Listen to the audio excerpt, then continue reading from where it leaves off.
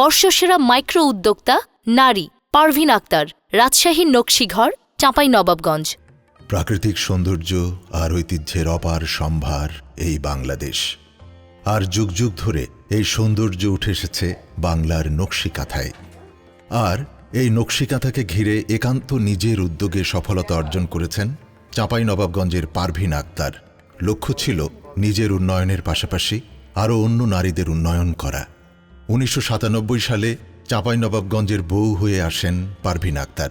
প্রতিবেশী ননদভাবিরা সুনিপুণ হাতে করা কাঁথা এগিয়ে দিয়ে বলতেন, তুমি তো ঢাকায় থাকো, লিয়া যাও, বেচতে পারলে টাকা দিওনি।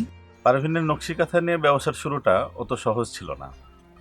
তাকে প্রতি পদে পদে বাধা অতিক্রম করতে হয়েছে। স্বামীর কাছে সারাক্ষণ অনুরোধ করতেন, কিছু টাকা দাও না, কটা কাঁথা আনি দেশ থেকে, বেচেই তোমাকে টাকা ফেরত দেব। সমাজের বাঁকা দৃষ্টি, কটু কথা উপেক্ষা করে শুরু করেন নিজের ছোট্ট ব্যবসা। ২০০৭ সালে নিজে কাপড় ও সুতো কিনে পছন্দমতো ডিজাইনের নকশিকাঁথা তৈরি শুরু করেন। ৯৮ সাল থেকে আমি ব্যবসাটা শুরু করি। ব্যবসা করতে করতে যখন দেখলাম আমার কাঁথা এবং খাটিয়ার অনেক চাহিদা। পারভিন আক্তার বলেন, অনেক সূচিশিল্পী আছেন যাদের হাতের কাজ চমৎকার, কিন্তু বিনিয়োগের সামর্থ্য নেই। তাই তিনি শুরু করলেন নকশিকাঁথার কাজ। সাথে নিলেন নিজের কয়েকজন প্রতিবেশী। এরপর একদিন জানতে পারলেন হস্তশিল্প মেলা সম্পর্কে। ২০১৩-তে আমি যখন মেলায় অংশগ্রহণ করতে গেলাম একটা মেলায়, তখন তারা ট্রেড লাইসেন্স চায়। স্বামীর অনেক আগ্রহ এবং সহযোগিতা থাকা সত্ত্বেও তাৎক্ষণিকভাবে একসাথে এত টাকা জোগাড় করা সম্ভব হয়নি। শেষ পর্যন্ত নিজে ট্রেড লাইসেন্স করলেন, প্রতিষ্ঠানের নাম দিলেন রাজশাহী নকশীঘর। পরবর্তী হস্তশিল্প মেলাগুলোতে অংশগ্রহণ করে সমাদৃত হল তাঁর নকশিকাঁথাগুলো। আমি নভেম্বর মাসে একটা অর্ডার পাই। অর্ডার করতে যেয়ে আমার সম্পূর্ণ টাকাটা ছিল না। যথেষ্ট পরিমাণ টাকা না থাকায় কম সময়ে উৎপাদন বৃদ্ধির লক্ষ্যে বাড়ালেন কর্মী সংখ্যা। কাজ করার কোনো জায়গা না থাকায় নিজের ঘরেই কর্মীদের ব্যবস্থা করলেন কাজ করবার। জোগাড় করলেন একটি সেলাই মেশিন আর ডিজাইন করবার ছাঁচ। চলতে থাকলো রাত দিন, কিন্তু তবুও যথেষ্ট পরিমাণ টাকা জোগাড় করা হলো না।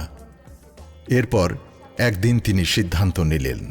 এই জন্য আমি ব্যাংক এশিয়ার কাছে লোনের একটা অ্যাপ্লিকেশন করি। তারা আমাকে এসএমই লোন সশর্তে ৬ লাখ টাকা লোন দেয়।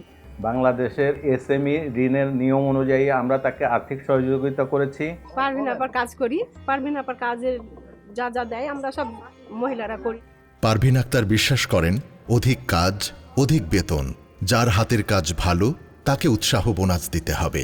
স্বামী, সংসার, ছেলেমেয়ের পড়াশোনা আর শ্বশুরবাড়ির কাজকর্ম সামলে সময় বের করেছেন। মার্কেটিং ছিল আরও বড় সমস্যা। ঘরের মেয়ে বা বউ বাইরে গিয়ে হোটেলে থেকে মেলা করবে, এ পরিস্থিতির মুখোমুখিও হয়েছেন তিনি। প্রায় ৮টি আলাদা ধরনের নকশিকাঁথার কাজ করছেন তিনি। ওর কাঁথা ইন্ডিয়াতে যায়, আমাদের এখান থেকে ইন্ডিয়াতে যায়, আমেরিকাতে যায়, কানাডায় যায়, এখন আবার অস্ট্রেলিয়াতে অর্ডার আমার মেয়ে কতগুলো চাইছে। এবং রাজশাহী নকশীঘরের কাঁথা অনেক ভালো কাস্টমার লেভেলে। অন্যান্য নকশি পণ্যের সঙ্গে শুরু করেছেন পাটের খাটিয়া বুননের কাজ। আমি বিশ্বাস করি প্রত্যেক নারীকে যদি অনুপ্রেরণা, সাহস এবং স্বাধীনতা দেওয়া হয়, তো প্রত্যেক ঘরে ঘরে একজন সফল নারী উদ্যোক্তার সৃষ্টি হবে। স্বপ্নহীন সেই ব্যবসা এখন একটি সফলতার গল্প। প্রচেষ্টা, পরিশ্রম পারভিন আক্তারকে করেছে একজন সফল উদ্যোক্তা। চাঁপাইনবাবগঞ্জে হারিয়ে যাওয়া নকশিকাঁথা ও খাটিয়া বিশ্বের দেশে বিদেশে সকলের কাছে পরিচিত করে তোলায় আমার স্বপ্ন। এছাড়া এখানকার পিছিয়ে পড়া নারীদের স্বাবলম্বী করা আমার ইচ্ছা।